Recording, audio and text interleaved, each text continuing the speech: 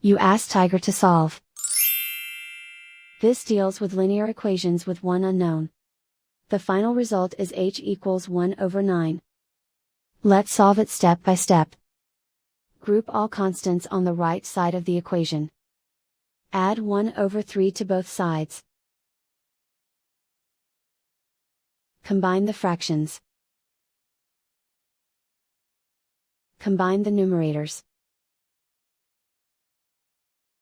Reduce the zero numerator.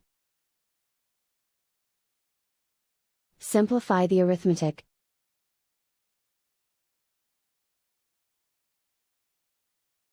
Isolate the x. Divide both sides by 3. Simplify the fraction. Simplify the arithmetic.